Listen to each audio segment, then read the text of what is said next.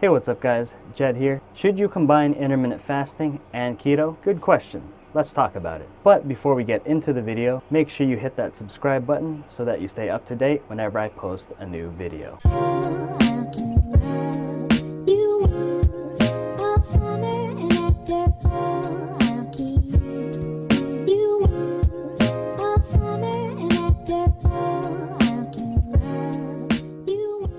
So in case you've never heard of intermittent fasting and are curious to know what it is, basically it's where you eat for a certain amount of time and then fast for a certain amount of time. And you pick a schedule, which the most common schedule that people pick is 16-8, which means that you have an 8-hour eating window and a 16-hour fast. And if you don't know what keto is, basically it's where you have less carbs and I believe higher amounts of fat. Now the big question, should you combine the two in order to get the best results in terms of weight loss? Well, the short answer I have to that is it depends again on what you want to do. So you got to really ask yourself a couple of questions before deciding whether you want to combine the two. So first, let's start off with intermittent fasting. Like I said earlier, intermittent fasting is where you have a shorter eating window and you fast for about 16 hours and above. So that's the first thing you got to ask yourself.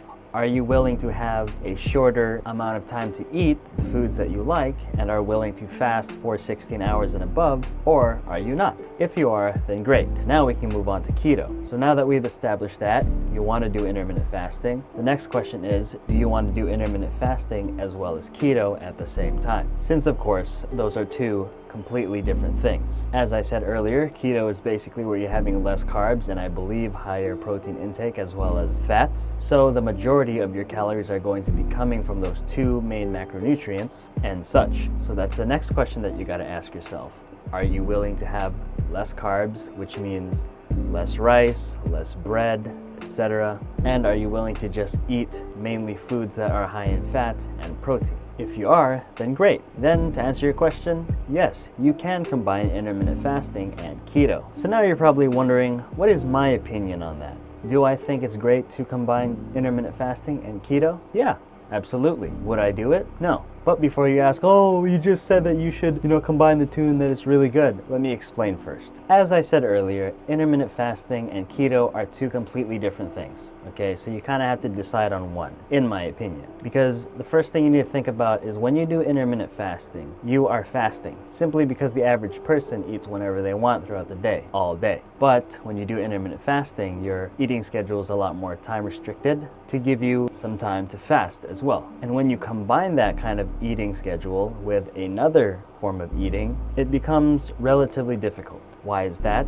Because think of it like this. If you're someone who's new to weight loss and you're wanting to do two things that you've never done before at the same time, that's very difficult. And I don't know why anyone would want to jump into something like that so soon. So let me just go over why people combine these two forms of eating in the first place. Starting off with intermittent fasting, like I said before, you are just eating just like you normally would, but in an 8-hour eating window, or if you did longer fasts, then shorter eating windows like 5 hours, 6 hours, 4 hours, etc. So when you have a shorter eating window, that means you have less time to go over the amount of calories that you need in order to gain weight or maintain, so you're most likely going to lose weight because of the time restricted window. Now when you add keto into the equation, that means you're eating less carbs. Why is eating less carbs good? Because carbs, out of the three macronutrients, which are proteins, fats, and carbs, is the most caloric. How do I know this? Well, try it out for yourself. Let's take rice as an example. If you get 2 scoops of rice, put it on your plate, that's really almost close to 200 to 300 calories alone. I eat rice on a regular basis, so it's almost always from the 200 to 300 calorie range. So that's carbs.